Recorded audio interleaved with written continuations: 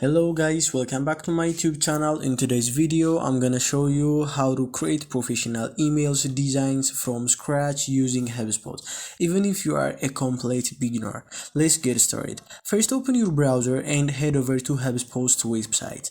Log into your account or create one if you don't have it yet.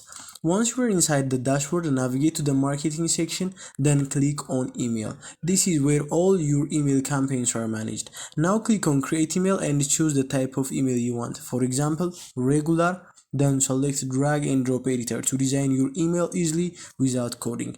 Next, choose a template or start from scratch. If you want full control, select a blank template. Now the fun part begins. On the left side, you will see different modules like text, image, buttons, and dividers. Simply drag and drop these elements into your email layout. Click on any element to customize it. You can change text, fonts, colors, and alignment to match your brand. To make your email more engaging, add a strong headline, a clear message, and a call to action button. Don't forget to personalize your email by adding contact details or using personalization tokens.